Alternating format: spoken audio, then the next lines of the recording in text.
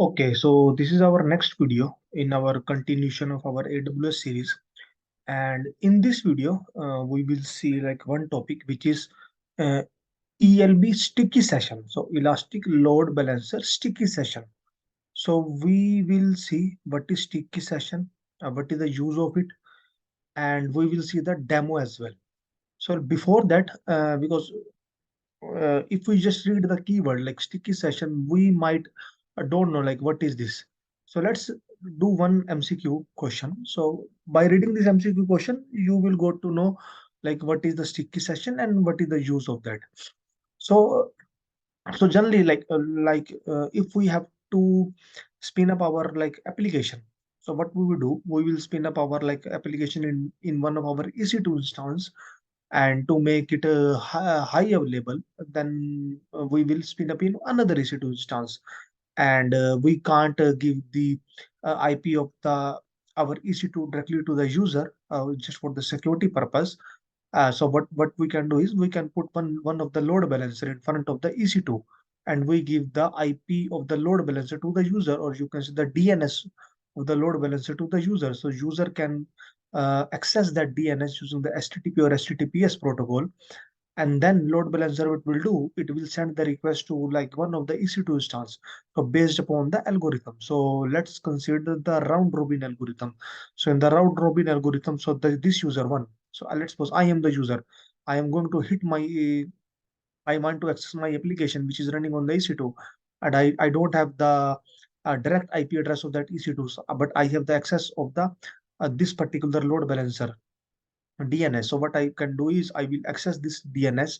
So this request first will go to the EC2 instance. So if I do again hit the get request, then the second time it will go to the second EC2 instance. The third time it will go to the first one. Fourth time it will go to the second one. Correct? The so on. So it's called the like round robin. And based upon the like there are so many algorithms. So based upon the like which algorithm we will configure. So based upon that it will go. So this is like normal our scenario. So based upon this scenario, there is a one MCQ. So the MCQ says you are running a website on 10 EC2 instances. So right now we have two, so there could be 10 EC2 instances, right? So we have our website which is running on the 10 EC2 instances. Front end by an elastic load balancer. So front end by means like on all of the 10 EC2 instance at the front, we have the ELB, that the elastic load balancer. Okay, your users, so there are some users for user one, user two, user, there are some users. The users are complaining about the fact that the website always asks them to re-authenticate when they are moving between website pages. So let's suppose the website has the login functionality. As an example, facebook.com. So we host facebook.com on EC21 to EC210, right? But like once in the facebook.com, what generally do is like once we log in, right? So we don't need to log in again and again. Let's suppose if I go to home page, only one login will be fine. If I go to some another page, then it is not going to ask my login again, because it is going to store my cookies or whatever the authentication method it is like using. So it is going to store the cookie in my client side or the server side, right? So it is not going to ask. But in this case, the users are complaining about the fact that the website always asks them to re-authenticate when they are moving between different website pages. So let's put they are going to page number one, then website is again asking, okay, like do the login. If the user access the page two, the website is again going to ask, okay, can you do the re-login again? So this is wrong. So they are complaining, and you are puzzled because it is working just fine on your machine. And like before deploying, we have to test on our dev environment. So when we test on our dev environment, at that time there is a one EC2 instance. So at that time there is only one EC2 instance, right? And at that time it was working fine. Suddenly when we have the 10 EC2 instances, it stopped working fine. Not stopped, but the users are like complaining why it is asking again and again the login. So what could be the reason? So there are three options. The elastic load balancer does not have a sticky session enabled. The your website must have an issue when hosted on a multiple EC2 instance. So this is wrong. Like your website must have an issue. Our website doesn't have an issue. It is perfectly working. the EC2 instance log out user as they can't see their IP address instead of the receive. So this is also wrong. So EC2 instance is not logging out my application. So the correct answer is the Elastic Load Balancer does not have a sticky session enabled. So like if the website doesn't have the sticky session enabled, so what it will do is, so because like when we do first time login, so it is going to store my like cookies, all right? But if we just ignore the sticky session keyword in the normal case scenario, so let's suppose user is trying to access the page one, so it could be the like scenario, the page one is going to access from the EC2 one. So at that time it is going to ask the login, so that login is going to store the cookie, is going to store on this EC2 instance, right? Then or like basically for this EC2 or basically for this server, now the user is going to access the second page, right? Now the load balancer is redirecting my request to the second EC2. But for the second EC2, we don't have any cookie kind of like a session store. So what it will do, it is going to again asking the login. So that's why this is the problem. Like because it is what our load balancer do is load balancer will send the request one by one if we do the like round robin fashion.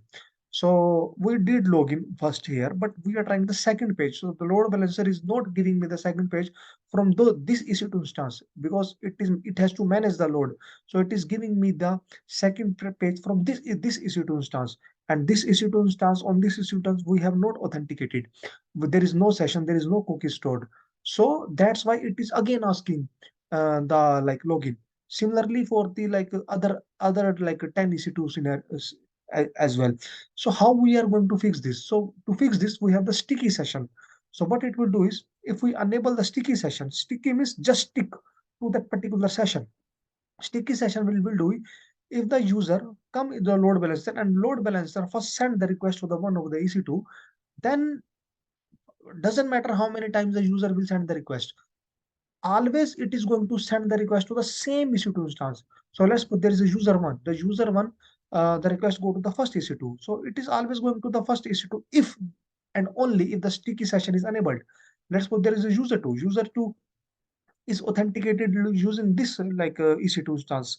So and if we enable the sticky session, then every time the second user, but like doesn't matter how many pages it is going to access, it is want to access, every time the request will go to the second EC2 instance. So the answer is the sticky session. So why they are like why the users are complaining this behavior? Because in the elastic load balancer the sticky sessions are not enabled. So let's see how we are going to enable that session, and we will see in the demo. So to do the demo, we need two EC2 instances, and on the both the two EC2 instances, we need one website. So let's try. So go to the console, go to the EC2, all right, go to the launch instances, launch instance, and we need two instances. So give number two here and give any name, my EC2 instance, all right. And we are using the Amazon Linux and we are in the free tier eligible. We will use the T2.micro because it's free tier. Let's select the key pair. If the key pair doesn't exist, you can create a new key pair. Why I'm creating the key pair? Just like if my application doesn't work, then I have to debug by logging into that like EC2 instance, right? And then we can create a security group because I have to access my security. I have to access my application using the HTTP. So I have to allow the HTTP, and even I can log in into that EC2 instance. So I have to allow the SSH traffic as well. All right. So that's it. Go to the advanced details. So under the advanced details, so within the user data, we will attach the normal script which we earlier write, like in earlier video as well. So I am going to attach. So this is nothing. It is just a like you can say Apache server script. So Apache server is like going to display one HTML page. That's it. And on that HTML page, we are displaying, okay, served from this IP address. So that's it. Let's create the launch instance. So go to the instances. So now our like instance are pending. So you could see, let's rename it my EC2 instance 1 and rename it my EC2 instance 2. All right. So it is like it will spin up within a few minutes. Just we can wait. So our both the EC2 instance are running. So let's see whether the application is up or not. So if you click on the first EC2 instance and copy the public IP address and paste it, we could see. So this is from 107. And if you click on the second EC2 instance and copy the public IP address, and we will run the price. This is from the 187, which is perfectly fine. All right. So right now our application is running on EC2 1 and EC2 as well. So let's put both the EC2 instance in a one target group. So go to EC2 and let's create a target groups. So create a target group, and target group consists of the instances. So target group is my target group. That's it. And click on the next. And within the target group, which EC2 instance we want? We want EC2 1 and the EC2. So select both and click on the include as pending below and click create target group. That is fine. So target group has been created. So one target group has been created. Now we have to create the load balancer. So let's create the load balancer as well. Click on the load balancer. Right now there is no load balancer. Create a load balancer. So we have to create the application load balancer because we have the application and we will going to serve our application using the HTTP and the HTTPS protocol. So click on create. So my load balancer. So it is the internet facing because we are going to access our DNS using the internet.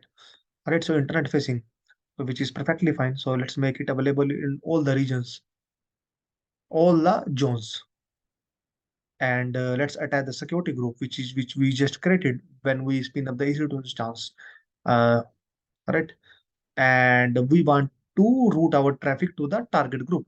So this load balancer is route our traffic to the target group, which is fine, and that's it. That's it. Anything else? No. So create the load balancer. So view the load balancer. So load balancer has been created. So it is in the provisioning state. Let's wait for a few couple of minutes. So our load balancer is now like available. So it's active. So click on it. So because I told you the load balancer is going to give us that some DNS. So click on the DNS, just paste it here and click on enter here. So you could see first hit go to the EC2 107. If you again refresh it, the second hit is going to the 187. If you again refresh it, then another going to the 107.